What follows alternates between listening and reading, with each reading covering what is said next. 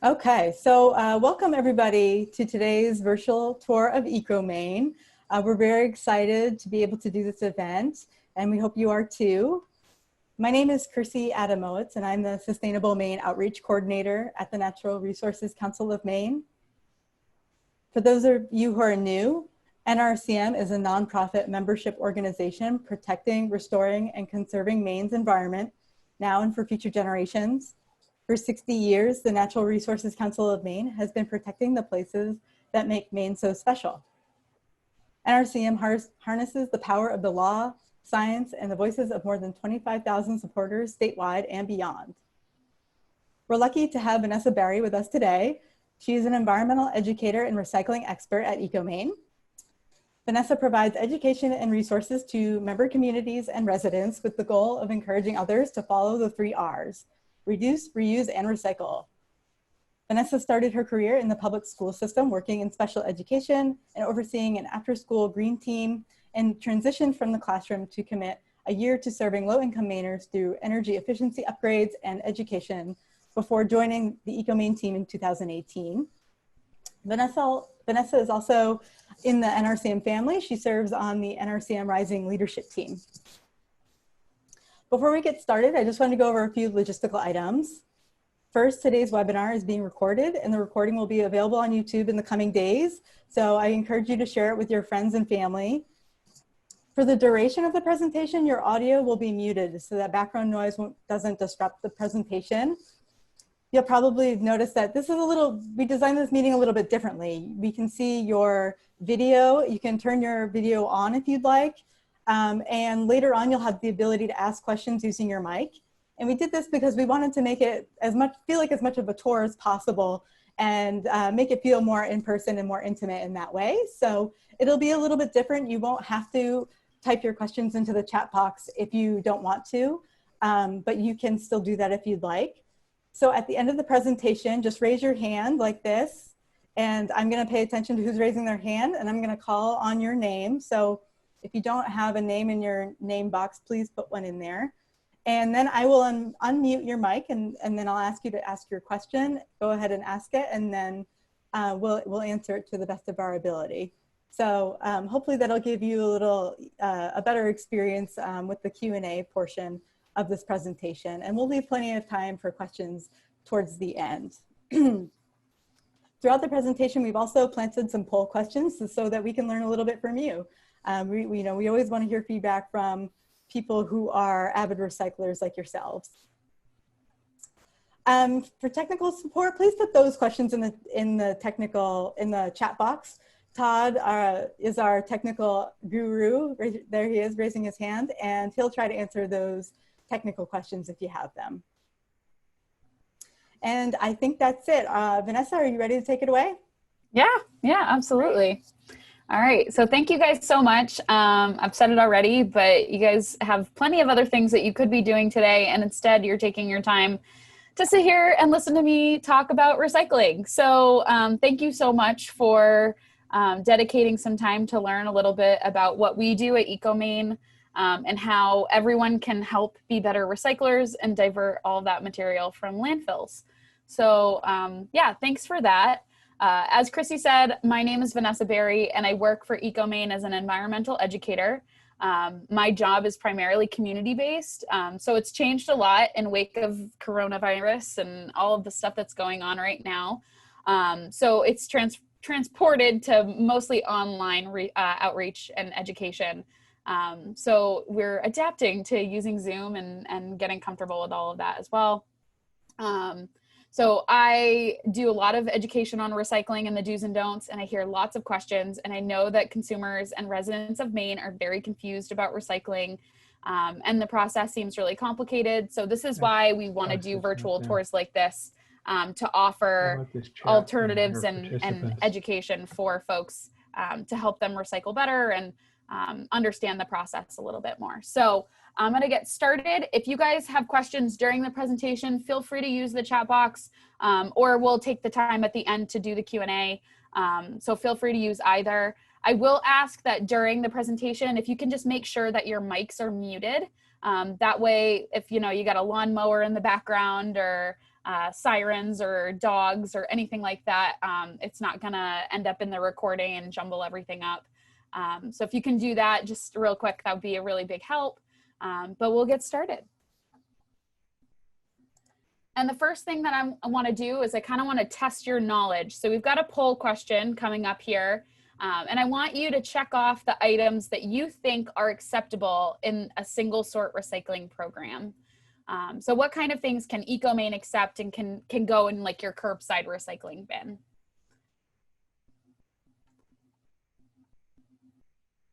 And you'll check on all of the ones that apply. So whether you think, they're likely to be more than one. So I just want to hear your thoughts on that. And I won't spoil the answers for you either. We're going to go through the virtual tour and then hopefully the answers will kind of reveal themselves.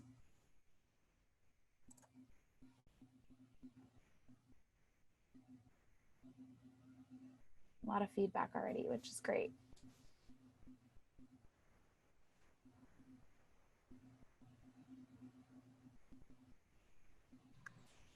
All right, I'm ending the poll. And then I'll share the results.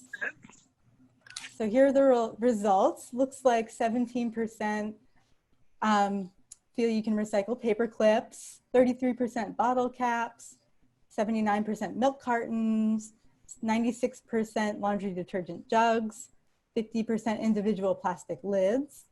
No one says alkaline batteries. 100% say magazines, and 29% coffee cups. Oh, and 17% on pots and pans at the bottom. Oh, there we go. Thank you, Vanessa. Perfect. All right. Very interesting. Oh. All right.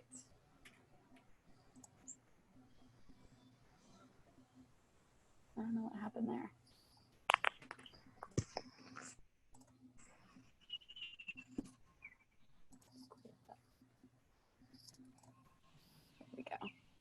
Guess that learning the annotate function was drawing some pictures on my slides. All right, so ecomaine is a quasi-municipally owned nonprofit organization. So one of the things that makes us a little bit different from others is that we're nonprofit, which means that when we get enough revenue to help us pay all of our operating costs and we can fund, our facilities, that money that we get in excess goes back to our towns.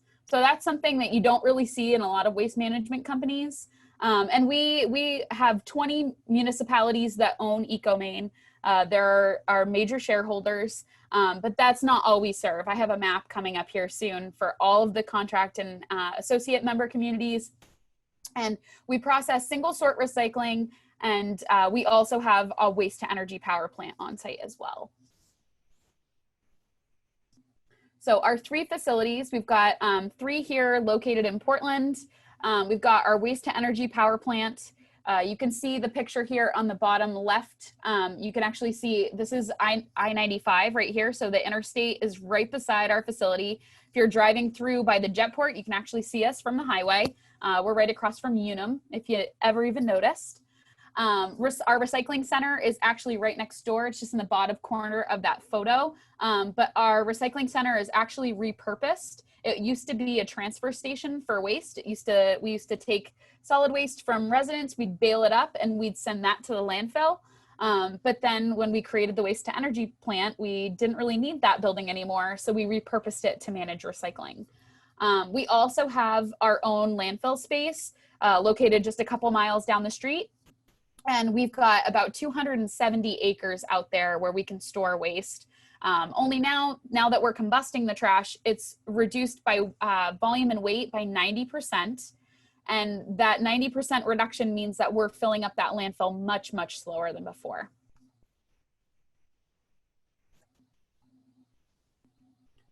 So quick question for you guys in the chat. I want to know where you guys are coming from. So if you could use the chat function to let us know what community you live in, and if you're an ecomaniac or not. So do you live in one of our ecomaine communities? Our map is right here. Some of these have changed. We've added Westbrook recently in the last month. And towns can fluctuate as their contracts change. But I do just kind of want to gauge and see where people are coming from. So if you want to just let us know in the chat box, getting lots of responses already, which is great. I see lots of owner communities here. I've got Portland. I see somebody from Harrison. Let's see, Gorham, Cumberland, Freeport, Lemoyne. Awesome. That's exciting. It's one of our more distant ecomaine communities there. Somebody from Friendship. I love the names of the towns in Maine. Lewiston, Kennebunk, all over the place. Great. All right, those can keep trickling in. I'm really glad to hear that we've got kind of a diverse audience here, and we've got lots of ecomaine communities and some communities that send material to us indirectly and some communities that don't send us material yet. So other opportunities for us in the future potentially, like Brunswick and Lewiston. We'll see, maybe someday. So yeah, this is a map of our service area. We've got over, I think 68 communities right now. And those change as towns, you know, their landfills fill up and they need a place to bring their trash, or, you know, they have a contract with another provider and they decide to make the switch. And that can happen for lots of reasons, but a lot of those contracts expire between 3 to 5 years. So every 3 to 5 years, we see kind of changes in our map. We'll either see communities added or maybe communities, you know, with changing facilities. Maybe they found something closer. They might switch and leave us as well. So just to give you a little bit of a history about ecomaine, I won't spend too much time on this because I really want to get to the good stuff with a recycling facility. But we started as regional waste systems back in 1976. So we're an old company here. We've been around for a while. We started with Portland, South Portland, Scarborough, and Cape Elizabeth. And this was kind of in the era where every municipality had their own town dump. And basically that means that every municipality had their own landfill where they were disposing of their trash. But at this point, they were kind of all at a crossroads. These 4 municipalities were seeing the closure of their landfill, and they really wanted to find a more sustainable alternative that allowed them to work together. So they founded regional waste systems back in 1976. And that started when they purchased 240 acres of jointly owned landfill. Now, again, we were using that transfer station that's now our recycling center to take in the trash, to bale it up and make it smaller, and then send that to the landfill. And they knew pretty early on that this was not going to be a long-term sustainable solution for them. So over time, they kind of built up their communities. They added more as we went. And by 1988, we had 20 municipalities that were working with us. And those 20 municipalities invested big money in our waste to energy power plant. So they paid for that technology. And because of that, they're our owner communities and they're represented on our board of directors. So all of the executive decisions that come from ecomaine come from the representatives of those towns, which is kind of a fun fact that you might not have known if you live in Portland or South Portland or any of those towns. Like I said before, that transfer station was vacant for a little while after we opened up the plant. So a couple years later, we used it to process recyclables. So that was a source separated recycling for a while. Meaning that residents at home had to sort out in different bins in their house all their newspaper, their cardboard, the different colored glass, the different types of plastic. They had to do that at home, and then it would come to us as separate commodities. Now we noticed at that point that there were lots of barriers for people that prevented them from recycling. So single sort was kind of our goal. And that requires a big investment in technology to have it sort out all of the stuff for us. And we were able to do that in 2006. We were the first company in the state of Maine to have the technology. It was really innovative at the time. And we saw huge increases in tonnage and could keep that stuff out of the landfill, which is ultimately the goal. Because we don't want to see all of that perfectly good recycling ending up in combustion here at the waste to energy plant. So we want to divert that as much as we can. So in 2006, we kicked off our single sort program, and that's when we rebranded with ecomaine. So we got that nice, cute name to go with our really awesome technology and our innovative facilities. And then flash forward to today, we paid off all our debts, which is really great for those towns, especially right now as budgets are really tight.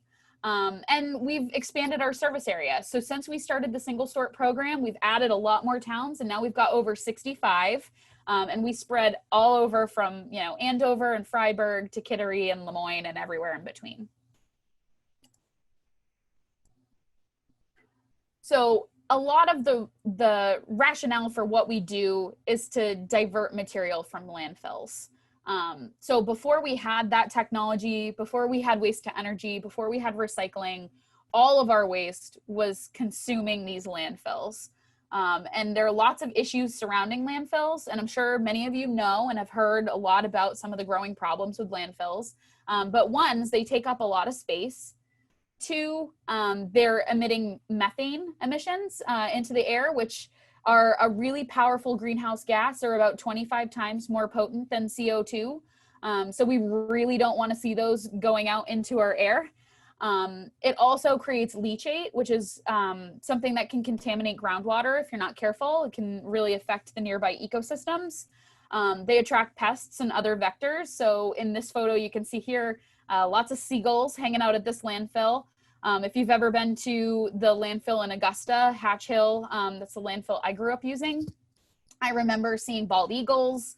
I remember seeing raccoons. I've heard stories about people seeing grizzly bears. And everything, you know, everything you can imagine. So all of these scavengers digging through trash to try to find food inside. And ultimately they're eating a lot of harmful stuff in that process as well. So it's not good for them. And it's also not good for us to have to interact with animals in a landfill space like that. And then the last one, and probably the most important one to a lot of people, is the cost. Landfills, you have to buy a lot of land. You have to put in a lot of environmental protections to protect the land from the trash. And when you close a landfill, you still have to maintain that landfill for the years to come. For decades and decades, it's still releasing methane. You still have to process that leachate even after you've capped it and it's all done. So not a very long-term solution. So we want to promote more sustainable solutions. And I've got another pop quiz for you. So poll question here. In your opinion, how many years do you think it would take to fill all of Maine's open landfills? So if we continue throwing things away at the same rate, how long do you think we have with all of the landfills that we have? I'm super interested to see this one.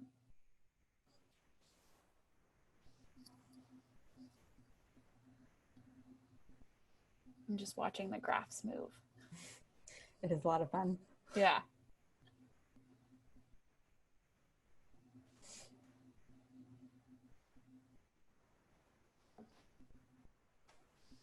All right, I think we've got our max participation here. So number of years to fill a landfill, we have 54% thought 16, 21% thought 22, 18% thought 29, and 7% thought 43. Awesome. Oh, and I forgot to share the results, but there you are. You can see them for yourselves. Cool. And I'm gonna spoil it for you. All right, so the correct answer for that poll question is B, it's 22 years. So looking at this chart, I actually took the data from the Maine DEP. They do a report every few years. It's a biannual report of landfill capacity and the rate of disposal. So using the data, the most recent stuff, the report came out in 2019. So we're due for another one next year. We are on track to run out of viable landfill space by 2042. So where does that waste go beyond 2042? There's really only a couple of options. You can send it further north. You can cut up more land and parcel it out for more landfills, or we can put it on our trucks and put it on trains and send it west. Neither of those are a really great solution for dealing with that waste. So we really want to work on reducing the rate of filling so that we can delay landfill closures as much as humanly possible. And this data recently accounts for 2 landfill expansions. There were 2 major expansions that have happened in the state of Maine in the last couple of years, or at least approval for those expansions. So, you know, if we didn't already have that land ready to go, we would be in a much more dire situation for dealing with the trash. So that's why we and many others, I know NRCM is also firm advocates of the waste hierarchy.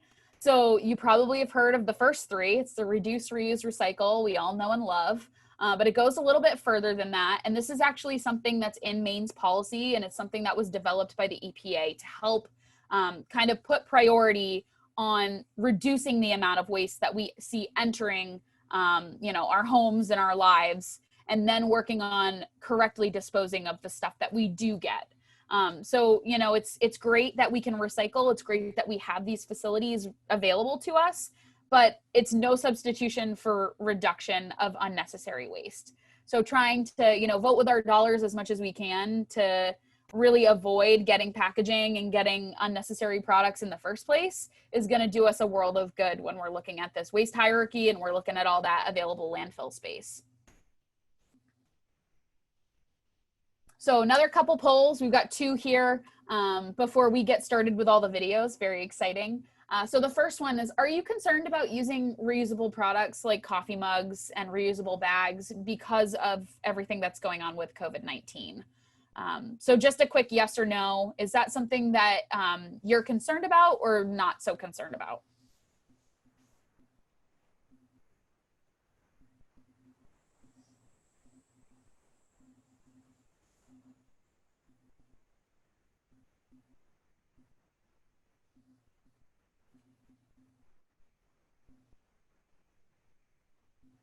All right, I think it's looking pretty good. So, yeah, interesting. 76% say no and 24% say yes. And, you know, that's, you know, I think as time goes on, we're learning more about the transmission of the virus, and, you know, caution is important. But I think there's a lot of promising data out there to show that reusables are actually quite safe, and in a lot of cases safer, because they can be washed before and after use, whereas disposables are not washed before or after use. So, you know, recently the governor changed guidance to allow stores to allow customers to bring their reusable bags back into the store. So we're really excited about that. We need to put pressure on our grocery stores to let us do that. I personally feel safer with my reusable bag knowing where it came from, and then I can wash it and that sort of thing. So that's very interesting, Vanessa. Yeah. All right, next question is, what disposal methods do you have access to? So there are going to be quite a few options here. Do you have curbside trash and recycling? You know, check which ones are applicable to you.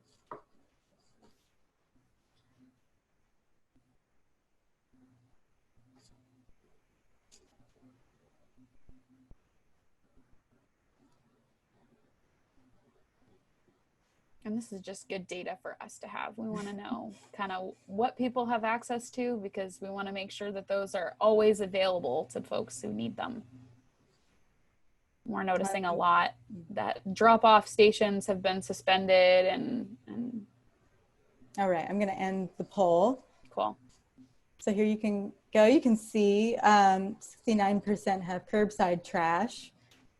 69% have curbside recycling. A lot of time those go hand in hand.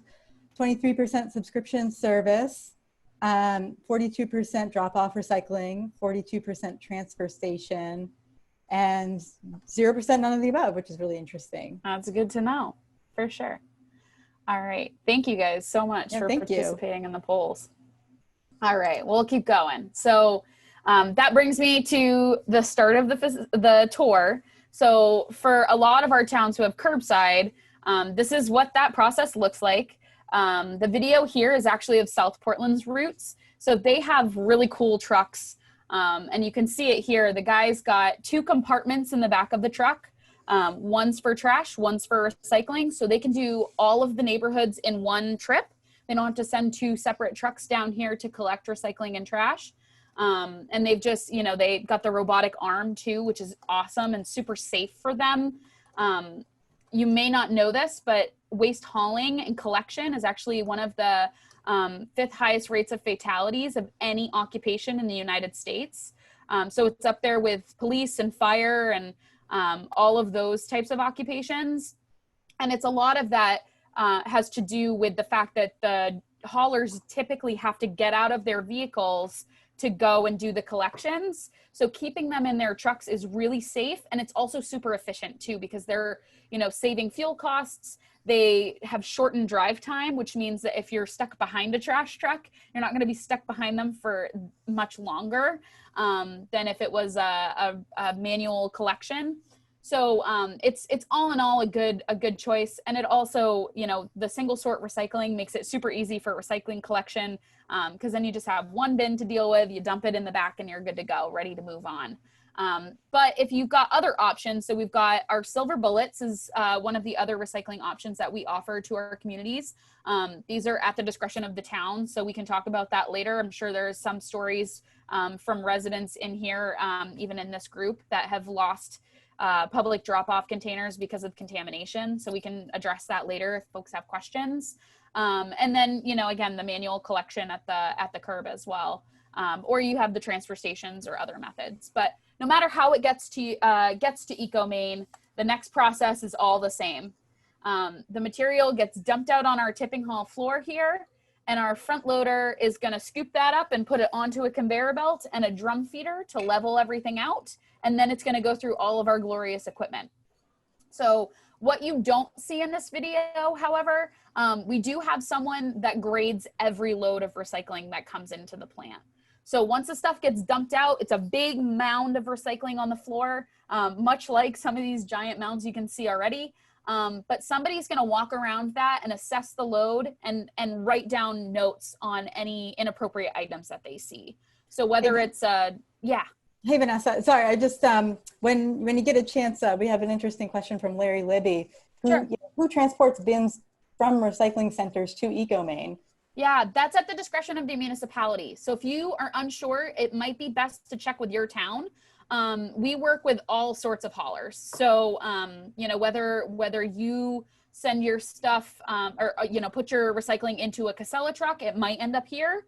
Or if you work with Riverside Disposal, they might send stuff here. You know, haulers big and small will send us material, and it really depends on the town. We don't have our own fleet of trucks. So that's another good question. A lot of people will call us when their stuff didn't get picked up, and that's not a service that we have. We're just the place that it goes. So the towns, when they go out to bid for a recycling contract, they also go out to bid for a hauling contract to move that recycling to the right plant. So yeah, the answer is really, it depends on the town, and it totally varies. So yeah, so the material comes in here. No matter how it gets here, it gets dumped out, it gets graded. And for some towns, that could mean that if it's too contaminated, they're going to see additional fees. And those fees are really calculated based on the amount of extra processing we have to do in the plant and equipment shutdowns and things like that we have to go through in order to pull out all of the really weird, crazy, dangerous, sometimes nuisance material that we get. You know, we've seen everything from a filing cabinet to bed sheets, you know, old shoes, and you name it, we found it. Once it gets through and onto the drum feeder, gets leveled off, it goes through a series of rubber stars. So these are screens that sort out our fibers. So that's the cardboard and the paper. The first set of screens here, these ones are like tire sized, and these ones are meant to sort out our cardboard boxes. So you can see here, the cardboard floats over the top, over the screens, and the rest of the stuff is falling through. So you don't even see most of the material that's getting sorted out here. But what you do see is that we've got some tanglers that we're having to deal with. So plastic films and wraps are not recyclable at ecomaine because of this kind of phenomenon. They're gonna get tangled, and then they're really hard to recycle. And if you didn't just catch that, there's a bag of trash that went through there. There's a bed sheet on this video as well. So they're getting stuck and they're getting wrapped around those screens as we're trying to sort out our fiber material. And eventually it gets so tangled, and you'll see that in just a moment, it gets so tangled that we have to shut down the equipment and we have to cut that stuff out with box cutters. So this one's our paper sorting screen. So the screen is a little bit more at an angle. And how this works is the paper is going to pop over the top like popcorn, and the rest of the stuff is going to settle and sink to the bottom. So we've already got the cardboard out. So that stuff's not going to float. It's already gone. But the paper's floating over, and the metal, the glass, and the plastics are all sinking through the screen and falling through onto another conveyor belt to keep going through the plant. So you'll see in just a second, you're watching the paper float over the screen right now. We'll watch it come out, and then we'll see just how tangled it gets in there in just a moment. So this is a good angle of the screens as well. You can kind of see the rubber stars spinning really fast. So here's that paper coming out. And we have some manual sorting that happens in this process as well. So we'll get some people looking through that paper to clean it up. And there's the tanglers. So you can see the rubber stars as they're spinning. And we've got everything from plastic bags, plastic strapping, you know, an old scarf. You just never know.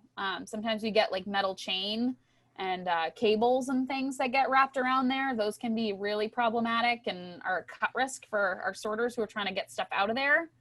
A really good analogy I actually got from one of our students that we were doing education with is it's kind of like a vacuum cleaner. You think about when your vacuum cleaner loses suction, you got to get to the bottom of it. So you unplug the vacuum cleaner, you flip it over, it's got hair and string all up in there. So you cut that out, and then once you've detangled and gotten all that stuff out, it works like a charm. And that's basically what happens here with these screens. So I mentioned before, in order to get out material that doesn't belong, it either might get missorted or stuck in the equipment, or it has to be pulled out by a person. So no matter what the trash situation is, if there's something in there that doesn't belong, our equipment isn't capable of handling that. We only have equipment that processes recycling, not trash. So every piece of garbage has to be pulled out by a person by hand. So we've got a conveyor belt line, or a couple conveyor belt lines, where we have sorters that are lined up along the conveyor belt, and they're pulling out contamination. And then we also have, like I mentioned before, we've got our buddy, his name's Ian, that works on the tipping hall floor, who assesses the stuff and pulls out what he can. But again, that's not exactly the safest place for him to be when there's moving trucks in and out of everywhere. So we want to make sure that they stay safe first and foremost. So the safest way for us to process recycling and keep the trash out is if folks at home know the rules and can really make sure that they're putting only good stuff in the bins. So one thing while you're watching this to think about, what's one item that you thought was recyclable, but then discovered later that it wasn't? For me, plastic bags was a big one when I first got started at ecomaine. That was something that I had been wish cycling. So something that I put in the recycling bins kind of thinking that it would get sorted out and taken care of, only to find out later that that wasn't the case. So I learned something brand new when I first started.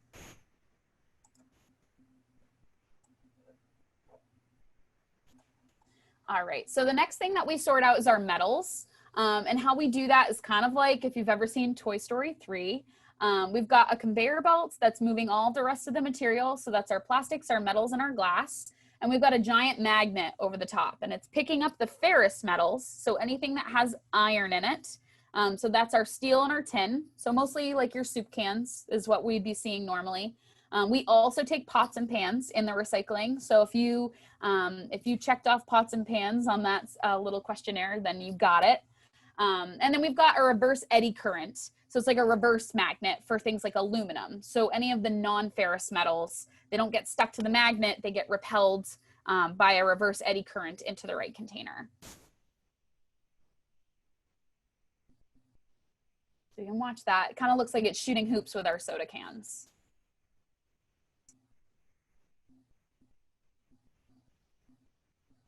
And if you haven't seen Toy Story 3, it's a great movie to watch. And it's got a waste to energy power plant. It's like very trash friendly, super cool. Somebody asked about aluminum foil, and the answer is yes, you can recycle aluminum foil. Just make sure that it's not, you know, if you used it to cook your fish and it's got fish skin in it, that's not something that we want.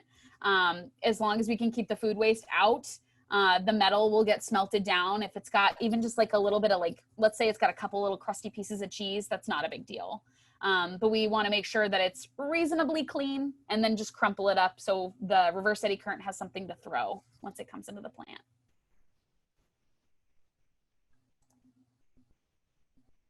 All right, the next step, so we've gotten out the cardboard, the paper, and the 2 different types of metals. So the next thing is our glass. So I am an avid glass reuser, and I know there are probably many of us that are. And I would highly encourage that folks reuse glass as much as they can, because then it requires no energy and you can use the container over and over and over. It's infinitely reusable. But let's say you have something like you just like can't get a bottle cleaner in there to take care of it and you got to get rid of it, or it just smells too much like pickles and it's got to go. So those glass jars that come into our facility, we want to make sure they're intact when they get here. We don't want broken glass because that's a cut risk for the people who are hauling the material, the people who are processing the stuff on the conveyor belts. And we break the glass in a concentrated closed environment. So the stuff comes through, the bottles and jars get shattered using metal stars. So just like the rubber stars we saw for the paper, the metal stars will spin and they're really, really small, closer together, and they shatter the glass as it comes through the plant. And the plastic is the only thing that's left, and that's the stuff that's getting the free ride over the top. So the plastic goes up and over, and the metals or the glass is getting shattered by the metal stars and then falling through. So once we shatter the glass, we want to crunch it up and make it so that it's safe to the touch. So we ground it up in a trommel, and then we store that for construction projects. So we can use it at our facilities, at our landfill. We actually use that instead of using gravel on our roads sometimes. And we also allow construction companies to take it as a fill or as a road aggregate. And we've had a couple of companies in recent years that have taken our glass bottles and jars, cleaned them up really well, and actually used them to make glass countertops. So that's a really cool way to reuse the material. And unfortunately, we can't really recycle it in the traditional sense because there's just no market for it in New England. And there's lots of places all over the country where it's just not a profitable business to recycle glass because of transportation costs and where the plants are located. So it's a challenge that we hope is resolved at some point. We'll talk about that a little bit maybe with EPR. But yeah, so our glass bottles get reused in a different way. They don't get traditionally recycled, but we encourage that folks, reuse them at home if they can. The last thing that we sort out is our plastics. And plastics have different numbers on them. If you hadn't noticed before, they usually have that nice chasing arrow symbol with the triangle and a number 1 through 7 inside. That's one of our testing criteria for recycling plastics. So it's got to be a number 1 through 7 to be recyclable. And that's really all there is, but it's got to have that symbol so that we can see it and we can sort it. We have one piece of equipment that sorts out one type of plastic, and that's our number 1s. So we use something called an optical sorter, which scans the plastic, and based on the number of plastic, that number is the chemical composition. So a number 1 is a PET container, a number 2 is an HDPE, and these are like the science, they've got abbreviated names for their scientific names. So PET, I might butcher this, but I think it's polyethylene triphthalate. And then number 2 is a high density polyethylene. And number 3 is PVC. Number 4 is LDPE. It just keeps going until we get to number 7, which is other. So the number 1 plastics, we see a lot of them. They're like our Poland Spring water bottle, our salad boxes, our strawberry cartons, a lot of the stuff you see in the kitchen. And also in the bathroom. So like your mouthwash and that kind of stuff is in a number 1 container. We see a lot of them. They come in all different shapes and sizes. So we use the optical sorter to scan the plastic. And when it sees the chemical composition that it knows it's programmed to find, it's going to send a puff of air to sort it away. So that video autoplayed. I'm going to just play it again just in case you missed it. So you can watch that material coming at us. It's going to flip the screen so you can see it kind of going away. And anything that's going straight up is getting a puff of air. And I like to watch, there's a bottle with a yellow cap that comes out right around here. Yep. There it is. And it goes straight up, and that's that puff of air doing its work. So the optical sorter takes out the number ones, and then the rest of the plastics 2 through 7 all get sorted out by hand. So we've got another conveyor belt line here. They've got a picture of it right here in the bottom corner. So these guys are in here sorting out the number 2 natural. So that's like your milk jugs. And, you know, let's say you get orange juice or apple cider or vinegar. Those ones are the natural color of the number 2 plastic. And then there's number 2 colored plastic. So that's like your shampoo, your motor oil, your bleach, laundry detergent, all that good stuff. So those ones get sorted out by hand in the number 2 colored section. And then 3 through 7s get baled together. And those ones, when they leave our facility, we just don't have the space to sort them out by number, both for storage of the bales and also just in the plant. We only have so much square footage to have lines and bunkers for this stuff. So the 3 through 7 plastics get baled together, and then they get sorted when they leave EcoMaine's facility. So where they go beyond us has to sort them one more time to separate the 3s from the 4s and so on and so forth. And the reason for that really is because those plastics all have different chemicals in them. So we don't want to be chopping them up and melting them all together because we don't really know, you know, what that makeup is going to look like. And they also have different melting points. So if I put a number 4 plastic in, you know, in an oven with a number 7, the number 4 is going to melt faster than the number 7. And it's just, it messes up the system. So we want to make sure that those numbers are separated before they get recycled. Vanessa, I have a question. Sure. You said natural plastic, and Yes. Does that refer to the clear color of it, or does that mean that it's biodegradable? It's not biodegradable, no. So plastics, again, and I'm sure many of you know, is that when plastics break down, they don't really break down. They just get smaller. And they become microplastics. And so that can be problematic when it enters the environment, especially if it enters any water systems. So if it ends up in the ocean, that's something that can be consumed by animals. So not a good thing. And most plastics in general are not biodegradable, even if they might be a bioplastic. If they're, like if they say that they're compostable, you want to make sure and do the research. Because they do require like extreme temperatures of heat in order to break that material down even.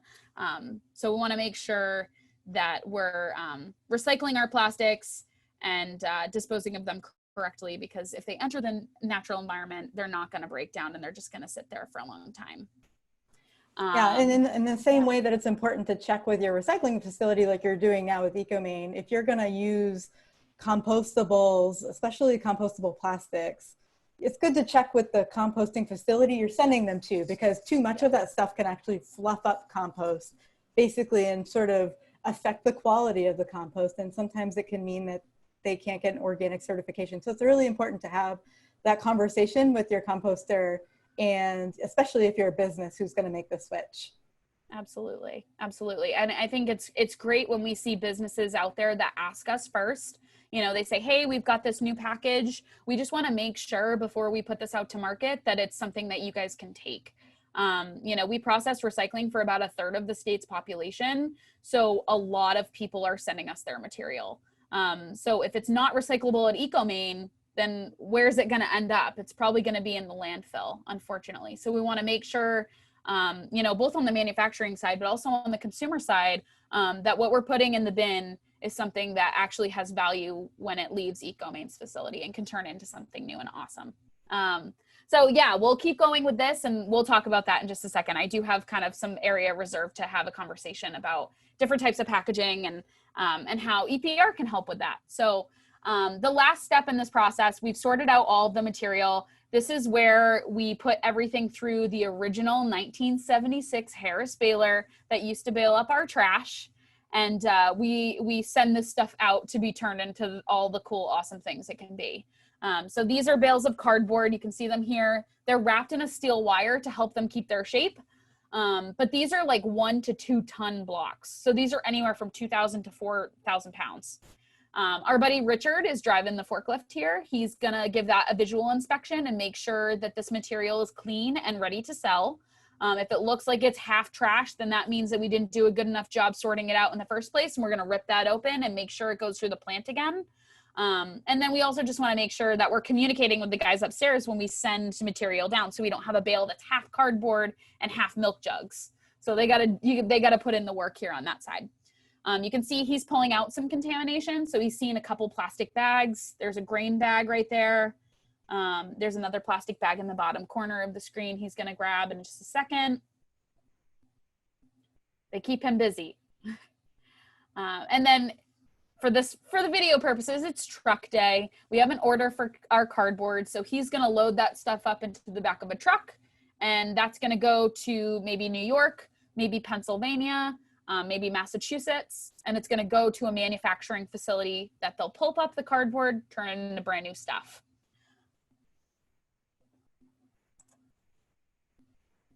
And there's lots of things that your recycling can turn into. It's really pretty incredible. If you just even are looking online and you wanna buy something new in the market, you can find a version of that product that's made with recycled content most of the time. Whether it's an Adirondack chair or a Frisbee or a pencil or, you know, anything you can imagine. You can get, you know, outdoor furniture, you can get all sorts of cool stuff. So your newspapers, it's pretty easy to tell with some things if it's made from recycled paper, like your berry boxes. You can really see the fibers in those berry boxes, and your egg cartons, but also your paper board. So if you have a cereal box, you look at the inside of that, you can see all the fibers that make up that cereal box. And that's usually made from post-consumer recycled content. So really cool stuff there. And you can get paper plates. You can, you know, vote with your dollars and make sure what you're getting is made from recycled content. I buy recycled paper, toilet paper. That makes me feel good about the recycling markets. But you can do that for paper towels and all sorts of other stuff too. But it's good to have that closed loop. You want to make sure that, you know, the stuff that you're recycling actually has a market and you can buy those things. And if you buy those things, it creates demand. So your plastics, they have lots of different applications. They can turn into textiles, and they can also turn into outdoor furniture, Frisbees. You know, the playground at Willard Beach in South Portland is actually made entirely out of milk jugs. And the metals are actually made out of recycled metals.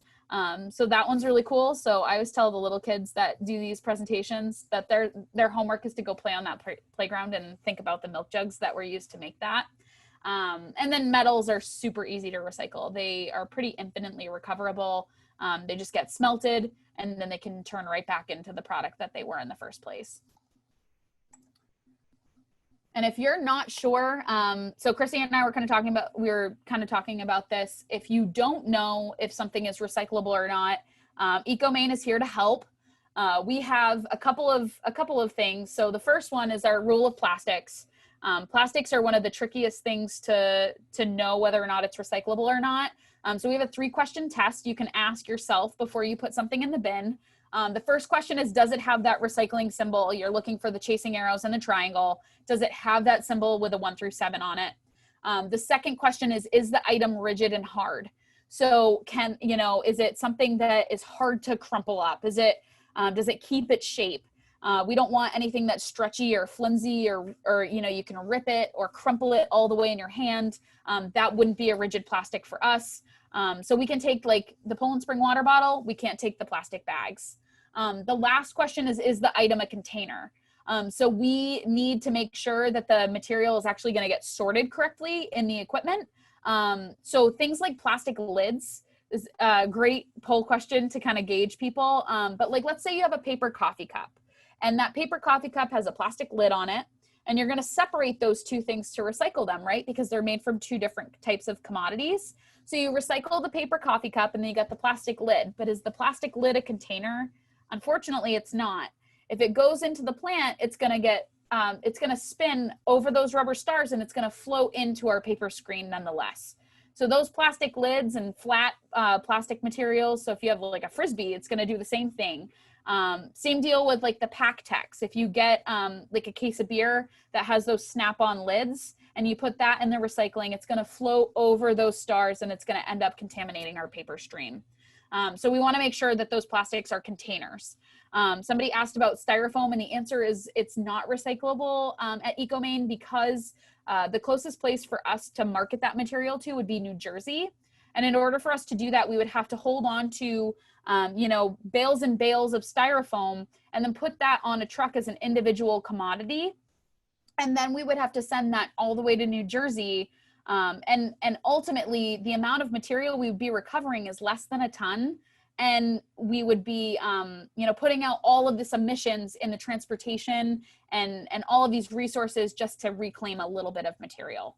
But rest assured, you know, the nice thing about ecomaine's facility is we also have our waste to energy power plant, where we're taking that styrofoam and all those other non-recyclable materials and we combust them and turn them into renewable energy. And then we also make them smaller and turn them into ash before we send them to the landfill. So styrofoam is not just sitting in the landfill at our facility. It's getting combusted first, and then that ash will go out there for, you know, for storage. So if you're not sure, we have the Recyclopedia. So that's like the Google search kind of is this item recyclable? And if not, can it, you know, where can it go? So it's something you can download on your phone, or you can go to our website. It's ecomaine.org/101, because you're getting schooled in recycling. So you can go and use that resource. There's also a really fun game on there, so you can quiz your knowledge and make sure that you're recycling right. Using that app. So feel free to download that. You can take a second now, or at the end of the presentation, and find that and download it on your phone. And it's super easy. Anytime you have a question, an item in your hand, you can just search and it'll tell you what to do. There's even an area to suggest an item. So that's pretty helpful. Vanessa, we're getting a lot of great questions in the chat, and I just wanted to squeeze a couple in. We'll take most questions at the end. Sure. But because they're about plastic. So one person asked if shredded paper is put in a plastic bag. That doesn't meet the three-prong test, does it? Right. But so this is the hard thing. And this is why it's such a good idea to ask before you recycle, or, you know, when you don't know, you know, give us a call. Like, you know, ecomaine is really lucky. We've got 3 full-time educators in our staff to answer your questions, whether it's, you know, about how do I get rid of my shoes or whatever it is. So this is going to sound really hypocritical or really contradicting to what we've said before, but we don't want bagged recycling, but we do take shredded paper in a clear plastic bag. And the reason for that is because shredded paper, if it's just loose in the bin and it goes to the facility, it's confetti. It goes everywhere. But if it's in a bag that we can't see through, like let's say you put it in a paper bag, we don't know if that paper bag is full of shredded paper or if it's full of dirty diapers. We can't really tell. So we have to treat any full bag like that as trash. So the clear plastic bag is the only exception to that rule. So you put your shredded paper in there to contain the shredded paper, and we'll rip open that clear plastic bag and dump that into the bale. So that's the only way that we're able to really contain the shredded paper and prevent it from becoming confetti. But yeah, so it sounds a little counterintuitive, but that's the only exception to the bag rule that we have. Yeah. Was there another question you wanted to ask while we're here? I know plastics are so hard. Unmute. There we go. Someone, you know, Hassan Fous asked about the markets. Is there a market for type 1 plastic and for types 3 through 7? Yeah, so we have buyers for all of that material. Again, we have a better market, and it's a more profitable market for some materials rather than others. So, you know, the return on the processing investment might not always be there for 3 through 7s. Like it costs us, I think we've estimated it costs us about $90 per ton of material we run through the building. So for every ton, it's going to cost us $90. If we get a ton of, you know, 3 through 7, we might not get paid $90 a ton. So we might not get refunded that cost that it took to process it. We do it in the fact that it does become something new once it leaves here, and we keep it out of the landfill, which has a greater cost. I mean, those are benefits that we can't even really see yet.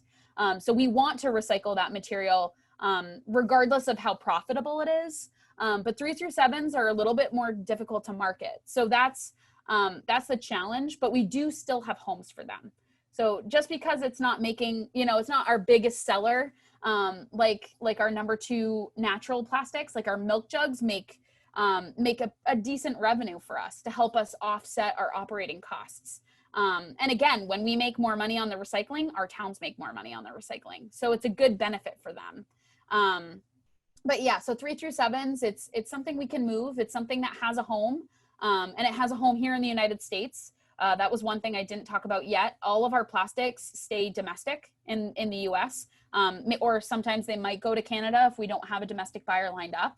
But it doesn't go overseas. It's not something that we had to rely on China for, which is really important. And I know a lot of people have seen lots of documentaries that talk about plastic recycling overseas. And we can assure you that our stuff is not ending up over there, which is nice.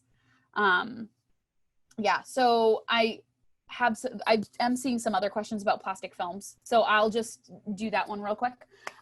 So plastic bags and films. So I've got one right here for an example, right here. So these are too flimsy to go through our plant. We can't sort them in our screens. They get tangled, but you can return these to the retailers. It's actually part of a state statute that if retailers give you these bags, they have to have a program in place to take them back and recycle them. One of the cool things, there are lots of markets for this stuff. It could be Trex decking. It could be, and I'm going to talk about this one in just a second, but it could be this Renew liner that people use for their subscription services for food. It could be lots of different things. So there's a website called plasticfilmrecycling.org that has lots of resources on where you can recycle plastic bags, what types of plastic bags are recyclable, and who's buying them, what kinds of markets are there, and what products are they turning into. So I know with everything that's going on with COVID, there are some retailers that have suspended their collections, and I would advocate that they reopen those collections so that they can continue to recycle that material, especially now that we're getting more plastic bags and not less. And then we'll hope for the plastic bag ban to take effect very, very soon. That's coming in January now, right? It's been delayed from April to January of 2021. Unfortunately, and it is unfortunate because there isn't evidence that plastic bags are safer. So that's why it's really important for us to talk with our retailers. And earlier in the chat, I put in a link with a resource from Upstream Solutions about the science behind reusables during COVID. So I encourage you to use that. I've also included a link to that in our weekly e-news this month. So cool. NRCM members can keep an eye out for that. Yeah. And there are lots of strategies. So I've been trying to navigate grocery shopping myself, and when you can go without bags, if you can just load it back up in the cart, that's great. If you can just say, I don't need a bag for my 3 things, then that's great. If you can't do that and you do need a bag, ask for a paper one instead. Those are readily recyclable. And if they enter the environment, they're not going to be causing, irreparable harm to animals and the ecosystem. So it's something that will break down if it enters the environment accidentally. But it's also something that can be really easily recycled in our facility. So yeah, I would definitely opt for paper if you have to take a bag, but try to refuse bags altogether if you can. So that actually brings me to my next slide really, really well. So why addressing contamination matters and why kind of being informed in all of this matters. There's lots of things that can be really disheartening in learning about recycling and seeing the documentaries that tell us everything's going to the landfill and all of that stuff. There's lots of things that can really be upsetting. So we can't control the global markets, and we can't control, the policies that other countries have and whether or not they'll take recycling. And we can't control the global pandemic. We can't control how other cities, states, and other countries are managing their waste. It's sad to see overseas that material is just entering the natural environment. And there's not a lot that as an individual we can do about that. We can't dictate what makes money in the recycling markets. And we can't dictate what is sitting in the landfills. We can't control other people's behavior. So that can all really feel defeating. But there's lots of things that we can do. And there's some things that you guys are doing right now, which is great. So we can increase the demand for products made with recycled content. We can vote with our dollars, and we can also reach out to those companies and let them know, hey, there's this more sustainable option for that product, and maybe we should explore that instead. We can advocate against the use of non-recyclable materials. So, talking to our manufacturers and saying, hey, this stuff is not something that can be recycled. You should look at alternatives. And we can support cleaner waste solutions for our communities and act on those to lead the change. The state of Maine has been known for to be a leader of product stewardship. So we can continue to be a leader and hope that others follow suit. We can research what our local recycling facilities can accept and make sure that we're recycling those things often and doing it well. And that's something that you guys are doing right here. So you check that off your list. So just make sure you're taking this knowledge and you're going to apply it in your daily lives, and you've already got that one off the list. And then we can also, again, it's voting with our dollars. We can refuse to purchase things that are non-recyclable, and we can refuse to purchase things that are unnecessary waste.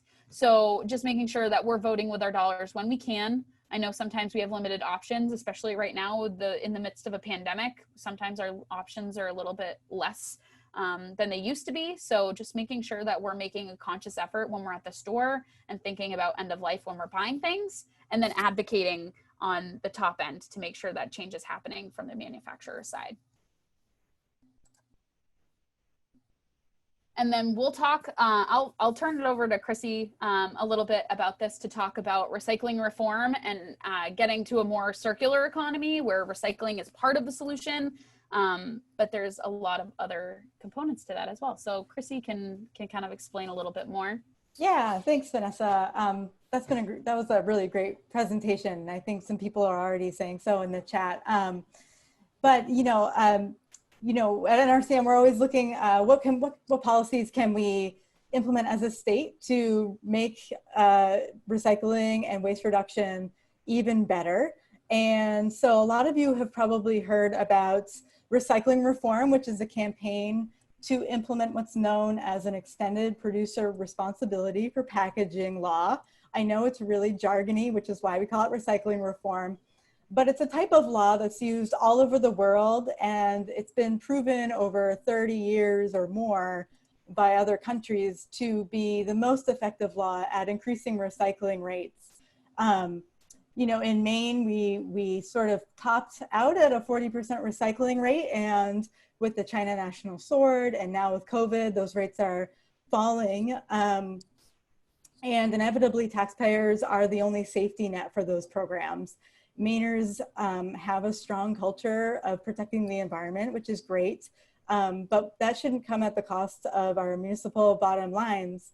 And there's sort of a big problem that you've probably gotten, Vanessa's given a good feel for, and a lot of your questions get to the point of, which is that manufacturers, they just design things in their offices. Walmart just design whatever they want, so does an Amazon, and then they just send it to us, and they don't ask us, is this going to go through your facility correctly? Is this going to end up costing you? I actually keep this great little example with me. You can maybe see it. Oh, my background's going to make it difficult, my virtual background, but it's a garden tag. It's plastic, and it says right on it, "Go green. This tag is 100% recyclable. Please place it in your home recycling bin." This was made in Texas, and they never called Vanessa and said, "Actually, is this actually correct? Because it's not. This is plastic. It's going to get sorted with paper and contaminated and ultimately cost us money." And so they're really taking advantage of this green image. It's greenwashing, and at our taxpayer dime. So what a recycling reform would do was it would make this manufacturer and others like it pay a fee in order to sell this product in Maine, and that fee would go to our municipalities to pay for recycling. The fee would be based on recyclability. So if it's very recyclable, like maybe a tin can or a cardboard box, that's really easy, that goes right through the system, then their fees would be a lot lower. their fees would be lower if there was proper education on the tag. So instead of telling us, this is recyclable, it would say, actually, this isn't recyclable, and they would get their fees lowered. So it's really a no-brainer system, because at the end of the day, taxpayers are in the middle of it, and we spend a lot of time, and we're really committed to doing the right thing. But ultimately, a lot of manufacturers are misleading us with just the wrong information. So this would make them put the right information on the package. It would also incentivize less wasteful packaging. I know a lot of you order something from Amazon, and it might be a tiny little product in a giant package. So there's a lot of problems like that that can easily be sorted out with a proper policy. And again, we know that this is the right solution because it's done all over the world. So 5 provinces in Canada, and I think more and more are looking to do this. All the countries in the EU do it. Countries like Japan, Australia, Brazil do it. China's looking into it, Russia does it. So it's very, very common. And if you go to our website, recyclingreform.org, which I'll type in the chat box as well, and hopefully a lot of you've been there before, but you can see a list of over 500 companies that do business here in Maine that pay for Canada's municipal recycling programs, and a lot of other resources like that, like a world map and that sort of thing. So we got very far with this legislation this year. We were actually the farthest in the country. We would be the first in the country to do this. And we got the farthest, go Maine. It was voted out of the Environment and Natural Resources Committee to move forward, but then that was about a week before COVID hit and the legislature adjourned. So that was very disappointing, and it doesn't look like we'll get it this year, but NRCM and our partners like ecomaine are gonna keep advocating for it and educating for it. It's something that municipalities really want and Mainers really want. So I think there's a lot of support, and it's really a no-brainer. It fits really well into our product stewardship frameworks. I'll leave it at that. And Vanessa, I know you have a slide about how this would recycling reform would benefit you at ecomaine. So let's take a look at that. I think that would answer a lot of people's questions. All right, there we go. Got to remember to unmute. So first thing, so you had that example of the little garden, little stake for your planter, but I have lots of examples here in this photo. There's a bunch of not great examples and one really good example here in terms of labeling. So, you know, for example, this is a Renew liner. And I think they've changed this because the one that I have here, the example I have says packaging made from recycled water bottles, but it didn't change the giant #1 symbol on here, which is to a lot of people, that's the go ahead to put it in the recycling bin. As they see this symbol and it automatically means this is the green light, right? I can put this in my bin, not necessarily. So this one, again, this is, I mean, it's flat, it's light, and it's fluffy. This is just like paper. It's going to float like paper, and it's going to go into our paper bales. So that means that either somebody's going to have to manually pull that out, or this is going to end up at a manufacturing facility, pretending to be paper and going through that pulping process and messing up their whole thing. So, you know, at least they've changed it so it doesn't say, place me in your curbside recycling bin. But it's still super misleading just based on the labeling that they've got. Other things that you'll see is the styrofoam. So I mentioned before, there's really no market for it because it's lightweight. It needs to go through a chemical recycling process to actually turn it into a rigid plastic so it can be recycled. And in order to do that, it has to go to New Jersey, and we'd have to send, you know, maybe 10 pounds of plastic material all the way to New Jersey just to recover that material. So it doesn't make sense. But again, it's got that symbol on it, so that association is there. Another one is the plastic films. A lot of them have that's, you know, it's got the symbol on it. It's a #2. So it's a #2 plastic that should be recyclable, right? And unfortunately, it's not curbside recyclable. So that symbol can be really misleading. And it doesn't tell you where to put it. It doesn't tell you how to recycle it to make sure it can get recovered. It just has the symbol on it. So that can be really confusing for folks. Another example I already used is the PackTex. Usually those are made from a really good plastic. It's made from #2 plastic. which is readily recyclable type of plastic, but the way that it has to go through our equipment is just not suitable for a single sort recycling program. So it's not curbside recyclable. Another one here is that Tom's of Maine toothpaste tube. It says on this one that it is recyclable, and you can put it in your number 2 recycling collection. And for most places, that's just not how that's going to go. And it also, if you don't completely empty that toothpaste residue that's inside the tube is going to be a contaminant that's going to cause problems. And then there's my good example here is that Amazon Prime mailer, which has recyclable options. So it's got the label on it here. So it says remove the paper label before recycling. Plastic films are really picky about how they can accept that stuff to be melted down, because if you've got, you know, a receipt in there, that can mess it up. You know, you don't want people throwing in their iced coffee in that plastic recycling bin. That sometimes happens at the retailers. So sometimes if you don't see it, you might have to ask the people behind the counter because they've hidden it because they've been getting too much, you know, soda and other things in their container.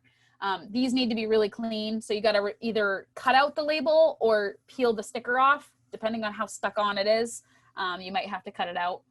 But this one has a really good label. It says remove paper label before recycling. It tells you what it is. It tells you where it goes. It's a store drop off right in the middle there. And this is done by How to Recycle. Their program has been pretty clear. I haven't had any run-ins with them that have said something's recyclable when it wasn't, or said that, you know, you could place it in your curbside bin when you can't. So I think that those have been pretty good. So if you see those labels, they're mostly accurate. But again, you want to make sure you check with your facilities. So those ones, you know, you can see that packaging can be very unclear for folks, and it's making a lot of questions, and it's causing a lot of wish cycling. Now, don't get me wrong, contamination in our plant, we want to get the most dangerous stuff out first, like the propane tanks and the lithium ion batteries and the chainsaws and the samurai swords and all that stuff, the dirty diapers, the cat litter, all those, we want those out first. But then the packaging stuff is, you know, the low hanging fruit that we really want to remove from the contamination stream. So, you know, this benefits ecomaine. This type of policy would benefit us in a lot of different ways. Not only would it reduce the contamination and that confusion over the mislabeling and all of that stuff, it would make things a lot more clear for consumers to know where to put the stuff. But it also helps us recover and deal with the evolving ton. So thinking about the evolution of the laundry detergent, you know, that as a product. So it started with a cardboard box and a powder detergent. We've got a biodegradable, readily recyclable box. And then it switched to the plastic jug, and it switched to the liquid detergent inside. Now we can still process that. We still have the technology to manage that, but then we switched to the pods, and the pods come in a flexible pouch that's not recyclable industry wide. And it comes in these little single serve little pods. So that's that kind of evolving ton. We can't keep up with these changes that manufacturers are putting out there. And if they asked and expected us to change our sorting equipment to deal with how quickly these packages change, we would never be able to keep up, and we'd be wasting a lot of taxpayer money trying to keep up. So the best way to just ensure that things get recycled is if the manufacturers are working with us to make sure that we already have the ability to sort and manage the stuff. And it saves taxpayers money, because the contamination costs us money. It costs, and then it gets forwarded on to our consumers. It gets forwarded on to our towns, and then those towns have to forward that on to taxpayers. So ultimately, this kind of process is going to go through recycling streams and not necessarily in the landfill, which is more expensive. And we're going to be saving taxpayers a lot of money in that process. It also increases recycling markets, because if they're making stuff that's using our material, then you're creating a value for us. The value of our material goes up.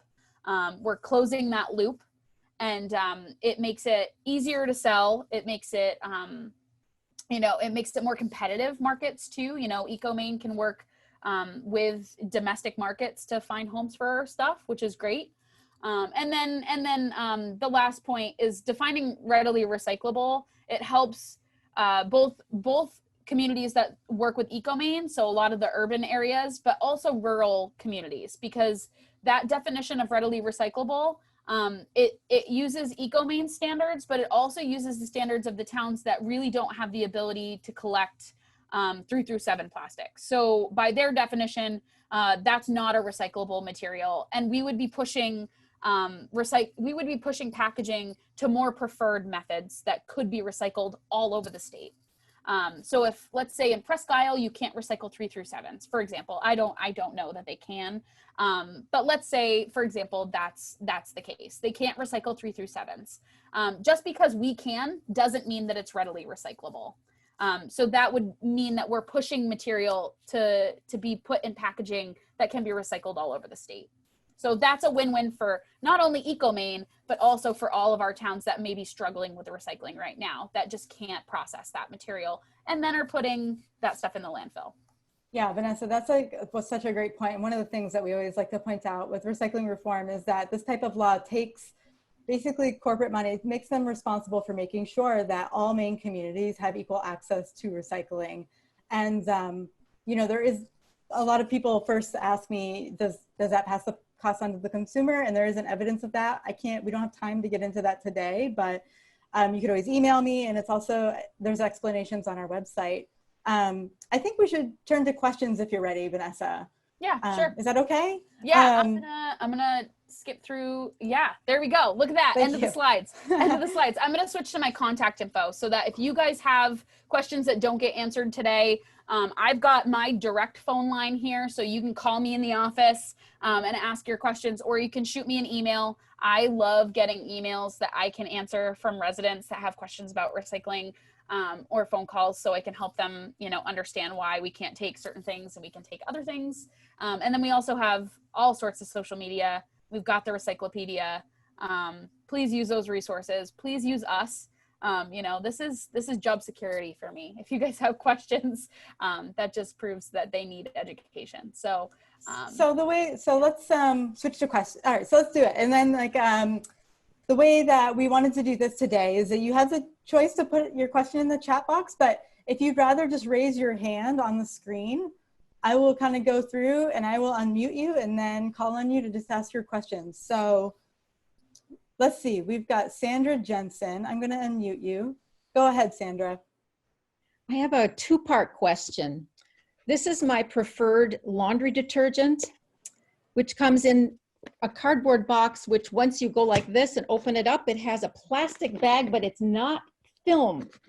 It's a harder plastic bag, which has a number on it, number 4. I know this is recyclable.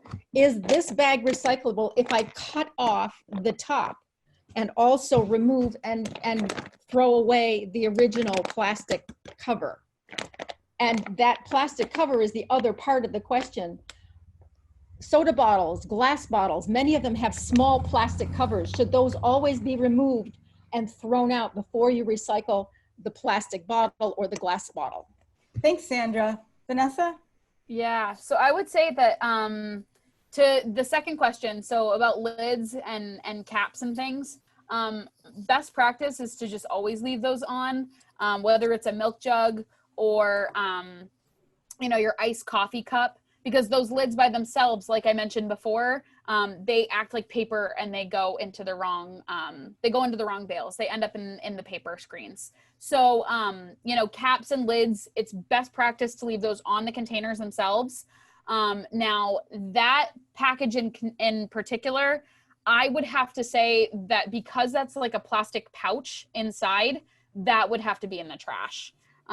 So the cardboard, absolutely recycle it. That's got a great market. We can find a home for that, no problem. But those flexible things, those are the stuff that we have a really hard time sorting and getting to the right spot in our facility. And then there's always Recyclopedia too, right? Yes. If you ever have a question at home, I encourage you to go to Recyclopedia. It's a great resource. Yeah. So I'm going to do a little rapid firing. Thank you again, Sandra.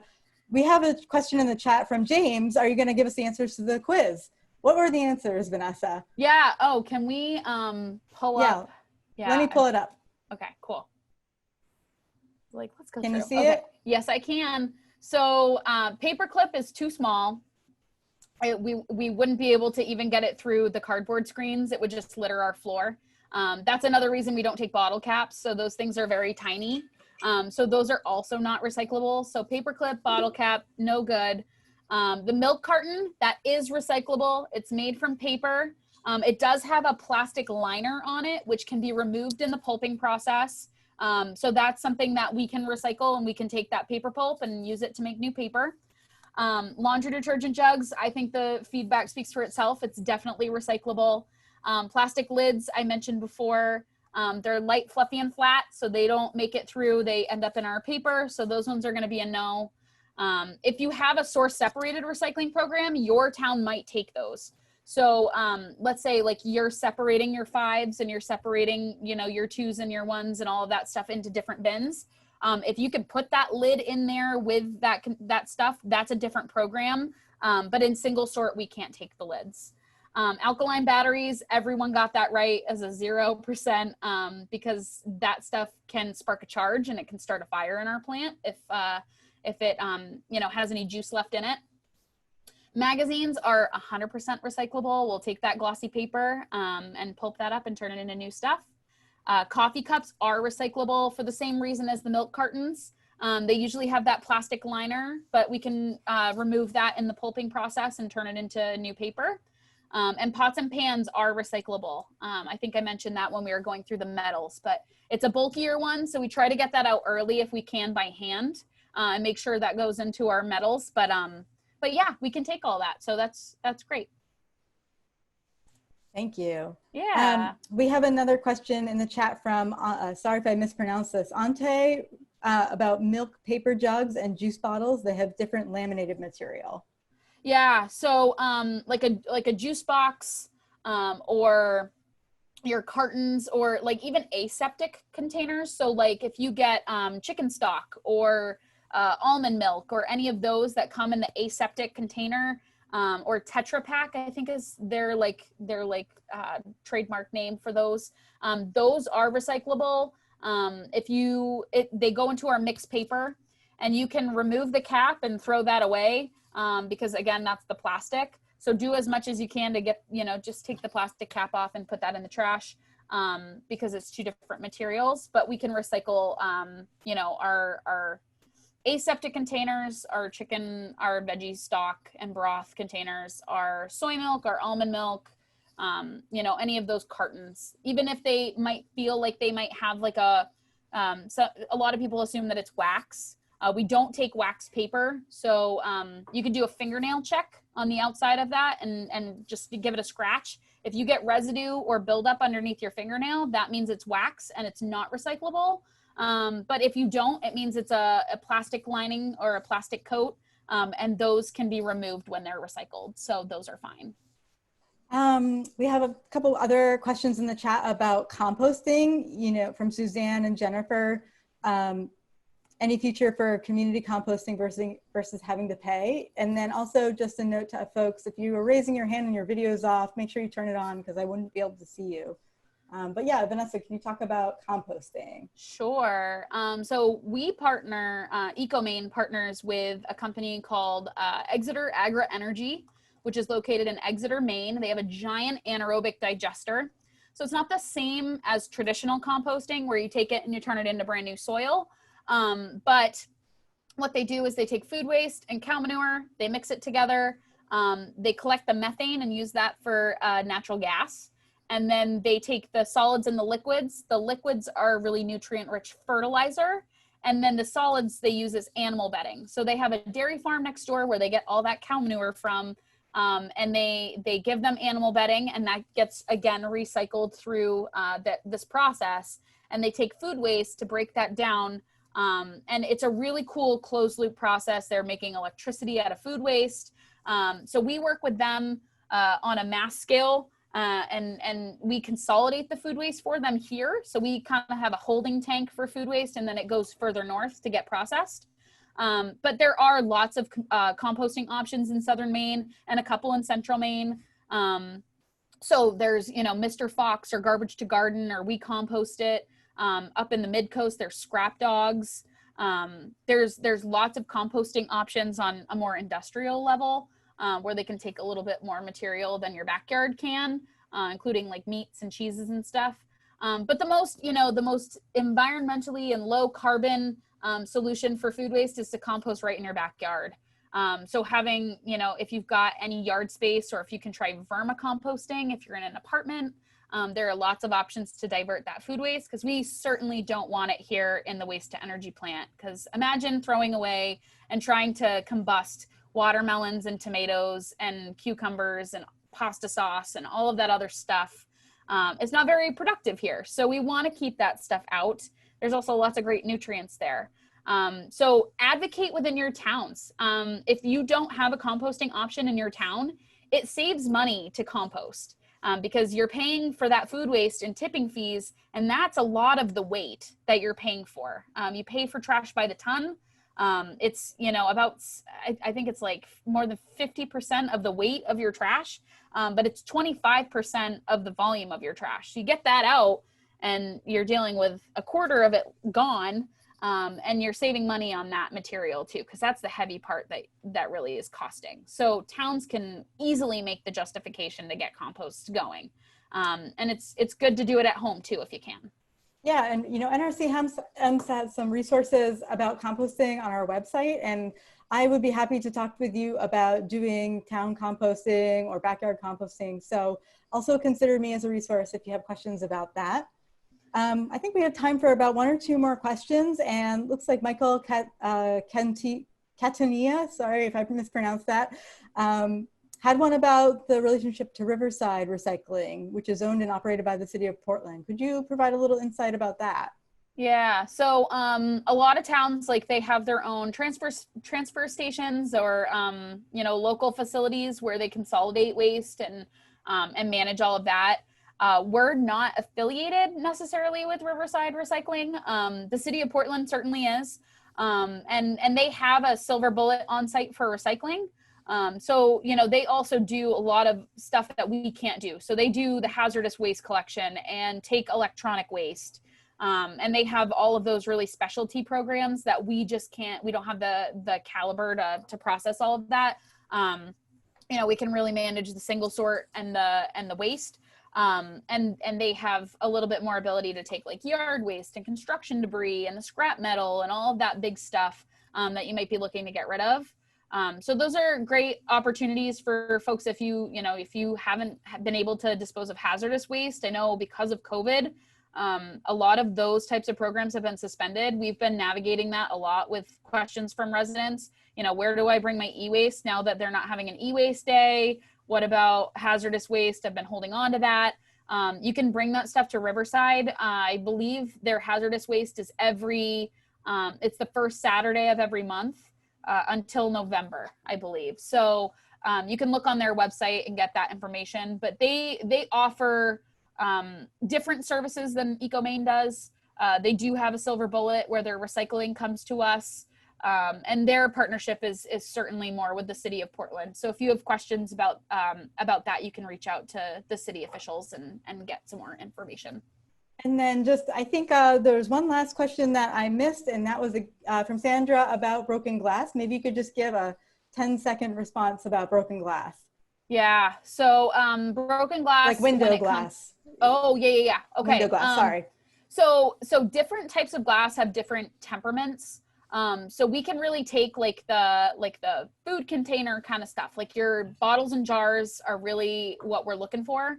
Trying to keep it pretty simple, you know, packaging and containers are really what we want. You know, and then you look at paper and that's a whole different thing. But yeah, so we don't want window glass just because of the temperament. And we also don't want broken glass coming into the facility because of the cut risk that it presents to our workers. We want to keep our sorters as safe as possible.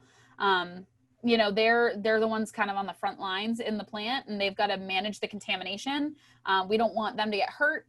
So, you know, like needles and sharps, we don't want those either. But broken glass presents a cut risk to them. So we want our bottles and jars to be intact when they come here. And then we break them in a closed system. So it gets broken in a giant metal box where the shards aren't going to jump out and hurt anybody. You know, it's done in a safe way for us. Great. So thank you so much, Vanessa. You are such a wealth of knowledge, and I learn something new every single time we talk. Thank you, everybody, for joining us. I think we're going to have to wrap it up. The Recyclopedia resource is fantastic and will answer a lot of these types of questions. And what we're going to do is include a link to it in a follow-up email that we'll send to you after the presentation. I believe it's scheduled to go out tomorrow, because we wanted to make sure that you had the links to the recycling reform information, because there are some things you can do to support recycling reform locally. Even though it's not going to happen this legislative session, it's still important to continue with the community education, because it's my personal belief that that's the future of recycling, and for it to be sustainable, we do need recycling reform. But I'll also include a link to recycling reform in that email. You know, if you have any questions, you've got Vanessa's information right here, and mine will be in the email. So please feel free to call us, give us an email. We love chatting about this stuff, and we love helping you get the word out in your local communities. So thanks again, everybody, and thank you, Vanessa, for attending.